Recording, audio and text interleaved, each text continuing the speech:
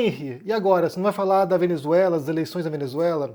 Bem, até vou, mas de um modo um pouco diferente aqui. Porque, como vocês sabem, nesse fim de semana ocorreram as eleições lá na Venezuela, e aí agora está surgindo um monte de histórias de possível fraude nas eleições, né? Então, assim, o Maduro, que é a situação, que é o atual governo, ele alega ter vencido as eleições, e a oposição também alega ter vencido, e inclusive agora fizeram uma coletiva de imprensa dizendo que estão reunindo as atas da votação para provar que a eleição foi roubada. E parece que de ontem para hoje se deram conflitos lá entre a situação e os opositores, então a situação está bem complicada. O Maduro expulsou os representantes diplomáticos de vários países latino-americanos que contestaram ou puseram em dúvida a lisura das eleições lá, então o negócio está bem complicado nesse país vizinho. E isso suscita várias questões aqui que eu quero trabalhar com vocês, uma delas começando com a pergunta, né? E se de fato foi fraudada a eleição? O que fazer, né? Então, assim, a gente entende que nesse contexto dependeria muito de mobilização no interior do país, mas se há um governante autoritário que domina as Forças Armadas, como evitar um banho de sangue? Como evitar a promessa de banho de sangue feito pelo Maduro? Como é que faz isso? A outra questão tem a ver com o posicionamento quase automático que você observa nas redes sociais, onde tudo é polarizado, né? Onde tudo é 880, e aí parece ser uma obrigação, se você for esquerda, de apoiar o Maduro, de apoiar o regime atual, e se você for de direita, de você contestar a vitória do Maduro e ser a favor da oposição. E aí quem tende a tentar fazer uma leitura um pouco mais sofisticada fica num limbo e é acusado de um monte de coisas. E aí entra uma terceira questão, na verdade, né, ou uma inquietação minha, é de observar, assim como acontece em outros eventos, ou em todos os eventos que se dão no mundo, é o surgimento imediato de milhares de especialistas na Venezuela. Então, assim, pessoas que só pensam na Venezuela uma vez a cada, sei lá, 3, 4 anos, de repente são experts no assunto. E aí vão lá apresentar, né, textões gigantescos, análises sobre o cenário político e eleitoral na Venezuela. Pessoas que, como eu falei, não dedicam por ano 2 horas de pesquisa sobre a Venezuela. E esse é um fenômeno que se dá em todos os campos, né? Quando começou a guerra na Ucrânia, lá a Rússia invadiu, surgiram milhares de especialistas no cenário geopolítico do leste europeu, e a Rússia, e o Putin, e o Zelensky. A pessoa nunca tinha ouvido o nome do Zelensky na vida antes, mas compreendia todo o cenário geopolítico da região. E assim por diante. Então, assim, eu acho muito cansativo isso, até porque isso confunde as pessoas e nos dá uma falta de parâmetro para poder saber quais referências, quais fontes são confiáveis para poder entender certo contexto. A quem eu ouço? Eu ouço a esse pseudo-especialista, ou esse especialista, sabe, do dia para a noite, ou tem alguém que realmente entende isso e eu devo olhar para essa pessoa e prestar atenção no que ele diz. Inclusive porque há muitos níveis de compreensão sobre um cenário, né? Se a gente fala de um país como a Venezuela, por exemplo, você pode ser um historiador da Venezuela, você pode ser alguém que estudou toda a história da Venezuela recente, moderna, do chavismo, do Maduro, e mesmo assim você não compreender como funciona o processo eleitoral na Venezuela. Você pode ser um historiador do Brasil, por exemplo, alguém que, sabe, conhece toda a história do Brasil recente, mas não compreender como é o processo eleitoral no Brasil. Como se dá, por exemplo, o voto para deputado federal, deputado estadual, como se dá a proporção dos votos. Porque não é tão simples assim. Então eu tenho visto gente falando sobre a eleição lá na Venezuela como se fosse um grande entendedor do que está acontecendo, e no final das contas eu acho que vale aqui uma boa dose de ceticismo, uma boa dose de indagação se essa pessoa realmente entende o que está acontecendo. Se as informações que nos chegam, elas são fidedignas o suficiente para que a gente possa extrair conclusões sobre aquele cenário. Houve fraude ou não houve? É difícil dizer. É difícil dizer porque as informações são truncadas e elas vêm todas filtradas já por vieses ideológicos que são bastante engessados também. Então me parece muito complicado ter esse comentário sobre esse cenário quando a gente não tem referências confiáveis sobre isso. Então, que fique bem claro aqui, a gente está trabalhando na internet com vieses profundos, com, sabe, grupos dogmáticos, ideológicos, e a gente tem que ter uma dose grande de ceticismo ao lidar com esse tipo de informação. Sei lá, questão Palestina-Israel, questão Rússia-Ucrânia, questão agora Venezuela, situação, oposição e assim por diante, porque isso nubla, isso complica a nossa percepção desses fenômenos e desses eventos. E aí, a pergunta que eu faço para você, né? Nesses casos, A quem você recorre? Quais são as fontes que você está adotando agora para compreender o cenário na Venezuela? Deixe no comentário aqui para eu saber, para poder entender de onde você extrai a informação que você usa para poder analisar o mundo e entender a realidade. E aí eu digo isso aqui porque isso é muito recorrente, é muito comum. Então, assim, em quase todas as circunstâncias a gente observa esse fenômeno.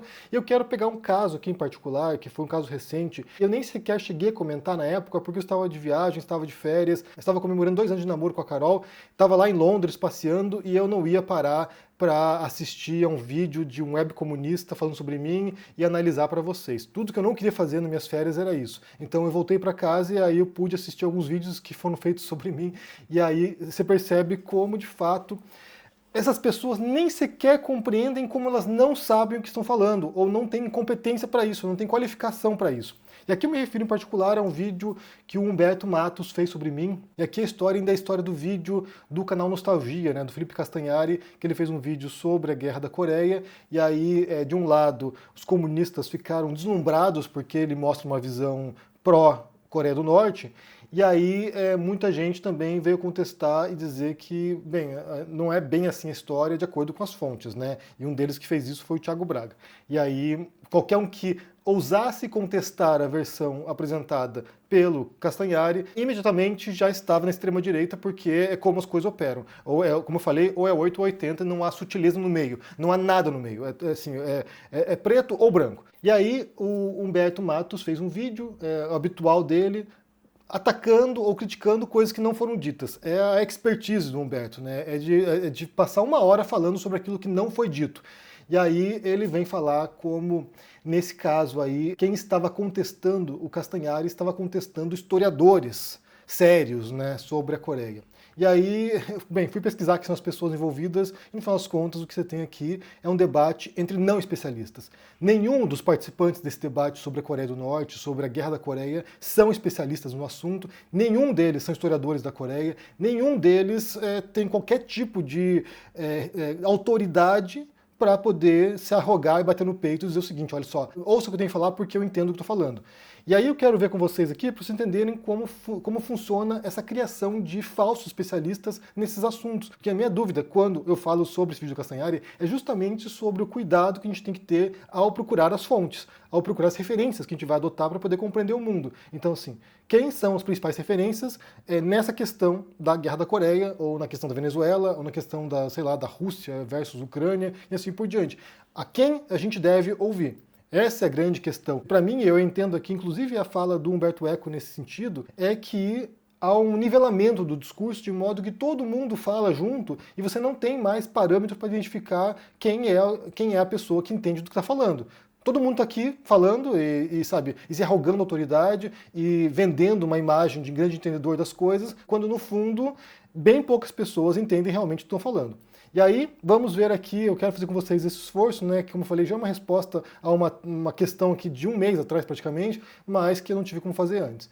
E aí, vamos ver quem são os envolvidos nessa história, né, que são as pessoas que estão nesse debate de não especialistas. Então, para começar, o Castanhari. O Castanhari, ele é um apresentador do canal, né, então assim, ele não é um historiador, ele não é especialista, até onde eu saiba, de nenhum assunto, acho que ele nem tem formação universitária, então assim, o Castanhari é um apresentador, ele é alguém tipo o Silvio Santos, ele está lá fazendo o trabalho dele de ler um roteiro e apresentar o vídeo lá. Não é quem produz o conhecimento ou quem está pesquisando e trazendo isso para o canal. Ele é alguém que lê um roteiro.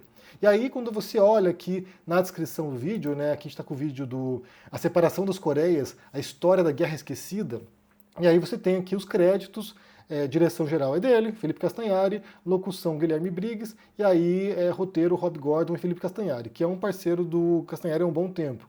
Consultoria e revisão. Aqui são as pessoas que forneceram o material para que o Rob Gordon e o Castanhari pudessem preparar o roteiro, né? Pudessem elaborar essa história aí para contar nesse vídeo. E aí começa aqui com o Lucas Rubio, do Centro de Estudos da Política Songun Brasil.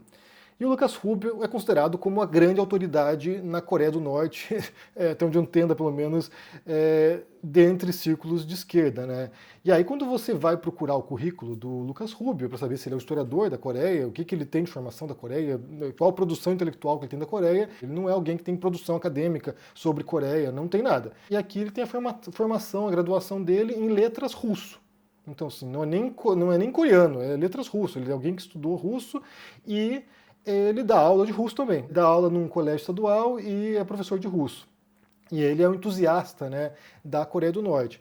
Então, assim, é um não especialista na história da Coreia, é um não especialista na história da Guerra da Coreia, é alguém que faz essa ponte, né, que faz parte desse núcleo de estudos, mas não quer dizer que tenha qualquer tipo de produção séria, reconhecida, conceituada, respeitada sobre Coreia do Norte ou sobre Guerra da Coreia. Não tem. Então, sim, esse é um especialista, entre aspas, entre muitas aspas aqui, chamado para produzir o vídeo do Castanhari. É alguém que é um entusiasta da Coreia do Norte. Não é alguém que, como eu falei, tem qualquer tipo de produção séria, reconhecida e aceita academicamente sobre Coreia do Norte. Não tem. Ou sobre as Coreias no geral, né? E aí outro que consta aqui nos créditos da consultoria e revisão é o Emanuel da Costa. Ele faz parte aqui da Associação de Amizade com a Coreia. E aí tem aqui o LinkedIn dele, né, onde as pessoas põem aqui para fazer networking de trabalho. Ele está aqui com formação em bacharelado em Relações Internacionais pela Universidade Federal Rural do Rio de Janeiro. Então não é um historiador da Coreia do Norte, não é um historiador da Guerra da Coreia. Até onde eu entendo aqui, não tem nenhuma produção acadêmica relevante sobre o assunto também. Então é mais um especialista, entre muitas aspas, de um assunto que gerou essa treta gigantesca na internet, né? Outro que consta como referência aqui nesse vídeo é o Caio Matos. O Caio Matos é alguém que participa de maneira recorrente nos vídeos do Castanhari, né, como colaborador, como historiador, o consultor de história dele, inclusive de outros vídeos que geraram muita polêmica porque foram considerados como negacionistas, revisionistas históricos. E aí o Caio Matos é o Caio Vinícius Godoy Matos, também não tem produção acadêmica, e ele aqui consta no LinkedIn também com formação em História e pós-graduação em História também. Mas, como eu falei, não consta aqui nenhuma produção acadêmica considerável e relevante sobre Coreia do Norte, sobre Guerra da Coreia. Então, na consultoria do vídeo do Castanhari, esse vídeo que gerou uma tremenda polêmica, você tem 3 pessoas que não são especialistas na Guerra da Coreia ou na história da Coreia do Norte. Então, sim, nenhum dos 3 é uma referência conceituada, aceita academicamente, com produção acadêmica relevante, nenhum dos 3. Aí entra o Tiago Braga, né, que é quem fez um vídeo contestando o Castanhari com base nas próprias fontes apresentadas pelo Castanhari. Então, assim, ele pegou lá o vídeo do Castanhari e em alguns momentos ele pega lá as referências que ele usou no vídeo dele, né, que foi fornecida, suponho, por esses consultores. Ele pegou algumas referências e mostrou como a própria referência contestava a versão apresentada no vídeo. Ele é formado em letras e ele é alguém que trabalha no canal dele com muitos vídeos a partir dessa perspectiva, né, dos combates, da guerra, dos enfrentamentos. Nesse caso, então, só tem um cara com formação em história em todo esse grupo aqui, que é o Caio Matos, que é o colaborador habitual do Castanhari. E aí você tem o Humberto, né, que o Humberto é aquele que se mostra como o grande entendedor de tudo, né, de economia, de filosofia, de sociologia, de história. Ele é o cara, né, ele é o bicho, ele sabe tudo, né, ele sabe tudo, ele é um expert em todos os assuntos que você pode imaginar, em marxismo também, embora a gente tenha vários vídeos interessantes feitos pelo Gustavo Machado, que esse sim é um grande entendedor de Marx, mostrando como a leitura do Humberto é muito pobre sobre marxismo. Mas, de qualquer maneira, você tem esse cara que é o fera, né? O cara sabe tudo, todos os assuntos, ele sabe mais que todo mundo, todos os assuntos. E aí, o Humberto Matos, ele é formado em História, a gente está com o currículo Lattes deles aqui, embora não tenha nenhuma produção relevante acadêmica em nenhum assunto. Mas ele tem formação em História, se formou em História, e ele é especializado em ensino de filosofia e sociologia. E aí quando você observa a produção acadêmica dele, o que ele já escreveu sobre Guerra da Coreia, o que ele já escreveu sobre Coreia do Norte, ele não escreveu nada sobre esse assunto. Então, assim, ele nenhuma referência nesse assunto, nenhuma referência no tópico da Guerra da Coreia, não tem nenhuma produção relevante também, assim como nenhum dos outros, né? Nenhum dos outros tem produção acadêmica sobre o assunto. Ele tem aqui uns artigos publicados sobre anos de chumbo no litoral norte gaúcho, o escravo da estância, história dos açorianos no litoral norte, os primeiros açorianos de Tramandaí. Se fosse sobre os açorianos na Coreia do Norte, talvez ele soubesse alguma coisa, mas não é o caso, ele sabe sobre os açorianos no Rio Grande do Sul. Então, você tem aqui, como eu falei, um debate entre não especialistas. São pessoas que estão debatendo um assunto que elas não dominam, tentando vender a imagem de que são a palavra final sobre aquele tema.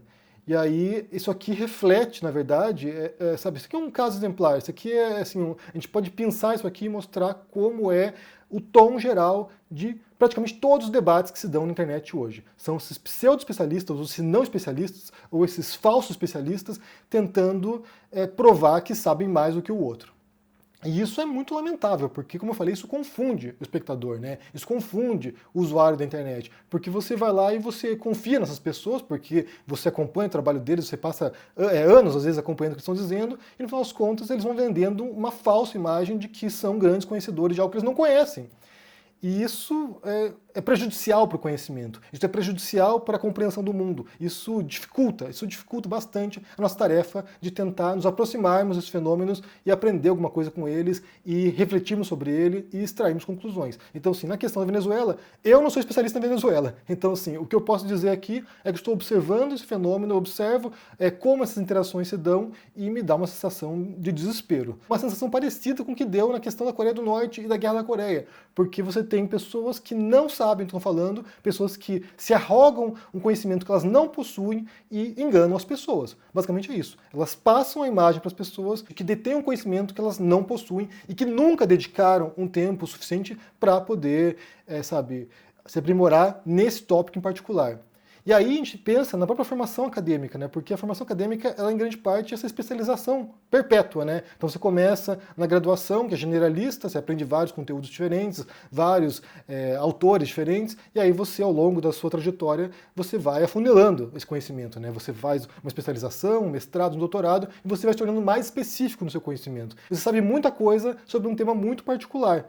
E é claro que ninguém pode saber tudo. Ninguém pode saber tudo sobre história, ninguém pode saber tudo sobre filosofia, ninguém pode saber tudo sobre todos os tópicos, porque isso é impossível. Isso é impossível. Isso já era impossível no passado e hoje em dia, com tanta especialização assim, é ainda mais complicado. Então é justamente por isso que eu recomendo uma tremenda cautela quando se trata de consumir conteúdo na internet. Isso vale até para mim. Você que acompanha o canal aqui, a recomendação que eu sempre dei para você é que você sempre acompanhe tudo com uma tremenda dose de ceticismo e que você faça o esforço de verificação das fontes, de verificação do que foi dito, de consultar os livros que eu recomendo aqui, para você saber, inclusive, se a minha leitura é apropriada daquilo que eu cito. Porque, como você pode perceber aqui, é muito fácil a pessoa fingir que é o que não é e enganar os demais. Então, fica essa recomendação aqui, fica esse cuidado sobre a questão da Venezuela, sobre a questão da Palestina e de Israel, sobre a questão da Ucrânia e Rússia, sobre a questão da Guerra da Coreia e Coreia do Norte. Fica a recomendação para que você sempre seja cuidadoso em relação àquilo que você assiste, aquilo que você consome e sempre também verificar o que foi dito com base nas fontes confiáveis, de fato, né? Realmente confiáveis. Bem, me diga o que você pensa no comentário aqui embaixo, você curte por aí, um forte abraço e até mais. Tchau. Fala, turma! A nossa aula sobre empreendedorismo e negócios no domingo foi um sucesso estrondoso, né? E as pessoas puderam finalmente ter uma aula sobre empreendedorismo e negócio com ciência, com conceitos práticos, com regras para elas poderem aplicar na empresa delas a partir dali. E isso, eu já estou recebendo mensagens de pessoas que já estão notando diferença. E a gente está falando do negócio que acabou de acontecer. Foi realmente maravilhoso. Muita gente está pedindo para a gente poder passar de novo essa aula. Elas queriam assistir, precisam dessa aula. Então a gente vai ter uma sessão fechada para quem quiser assistir essa aula na quarta-feira, dia 31, às 8 horas da noite. Para você se inscrever nessa sessão fechada, que não vai estar aberta nos meus canais, eu vou estar lá e vou também dizer as novidades para quem quiser continuar nesse programa de formação, que são novidades incríveis e por causa disso milhares de pessoas no domingo entraram para fazer o programa de formação. Eu vou dar as mesmas condições para vocês, mas assiste essa aula, vocês vão ficar encantados. Quarta-feira, 8 horas da noite, fechada só para quem se inscrever gratuitamente aqui. Um abraço.